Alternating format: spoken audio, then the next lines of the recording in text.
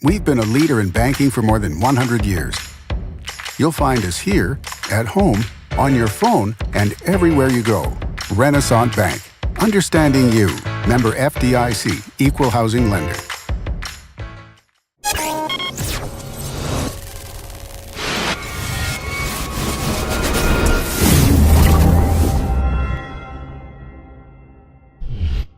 Sponsored by Renaissance Bank. Good morning. Welcome to Daily Journal Newsbreak, sponsored by Renaissance Bank. Today is Friday, September 21st, and I'm your host, Elizabeth Walters. We're going to take a look at today's top news and sports stories across Northeast Mississippi, but first, a look at your weather forecast. Today we'll have partly cloudy skies with a chance of afternoon showers or thunderstorms. Today's high will be around 92 and tonight's low around 71, and we'll have a 40% chance of rain. And over the next 3 days, on Saturday, we'll have a 50% chance of storms with a high of 87 and a low of 70. Sunday, a 60% chance of scattered thunderstorms with a high of 84 and a low of 70. And on Monday, a 50% chance of scattered thunderstorms with a high of 85 and a low of 71. Now let's take a look at some of today's top headlines. The State Board of Education decided Thursday to delay its vote of approval on the school letter grade ratings until next month. The unofficial ratings were still released, and 7 Northeast Mississippi school districts received A ratings for the 2017-18 school year. That included Boonville, Oxford, Union County, Lafayette County, Pontotoc City, Tishomingo County, and North Tupelo. Tupelo Public Schools maintained its B rating, while Lee County dropped from a B to a C. For Tupelo, ECEC, Joyner, Lawhon, Pierce Street, and Thomas Street Elementary Schools all achieved preliminary A ratings, which is a great improvement from the previous year when Milam was the only school in the district to achieve that grade. And in Lee County, Moorville Elementary received an A, and Moorville High and Saltillo Elementary each received a B. Across the region, 12 local school districts received a B rating, 9 received a C, and 1 D. Corinth School District and Corinth High are contesting their rating because they are a district of innovation and use a separate curriculum than the rest of the state, and they feel as though it should not be judged on the same accountability model.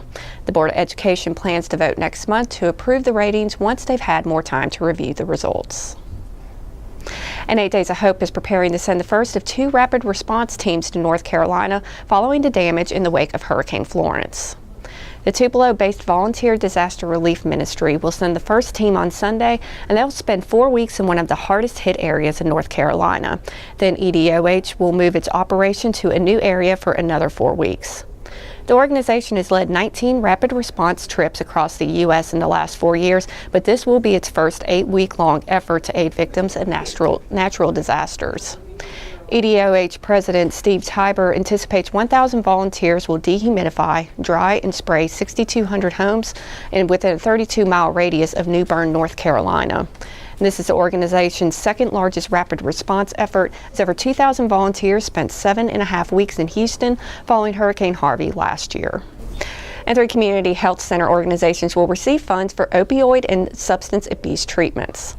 North Mississippi Primary Health Care and Access Family Health Services will receive $285,000, while Manatee Rural Health Care will receive a little over $195,000. And this is a share of the $5 million in funding that 18 community health centers in the state will receive through the Expanding Access to Quality Substance Use Disorder and Mental Health Services through the U.S. Department of Health and Human Services. Nationally, more than 1,200 grants were made. And in sports, Tupelo enters division play this week as they host Hernando tonight. The Golden Wave are coming off of a much-needed bye week as they've had several injuries in the first 3 weeks of the season, including quarterback Stephon McGlon, backup quarterback Peyton Puckett, and wide receiver Jordan Jernigan. Coach Trent Hammond said that they used the bye week to get healthy and concentrate on themselves. And Hernando is 2-2 on the season, and they're coming into this game having lost their last 2. And this is just one of several games we're covering tonight. You can follow all of this week's action on Twitter by searching the hashtag DJPreps, and check back to djournal.com throughout the night for scores throughout the region. And that does it for Newsbreak on this Friday. Don't forget that this show is just one of the many online offerings courtesy of the Daily Journal that gets you news off the page and on the go. Each story discussed on Newsbreak can be found in your Daily Journal or online at djournal.com, where you can find a new episode of Newsbreak each weekday morning. Thanks for joining us. I'm Elizabeth Walters. Have a great weekend.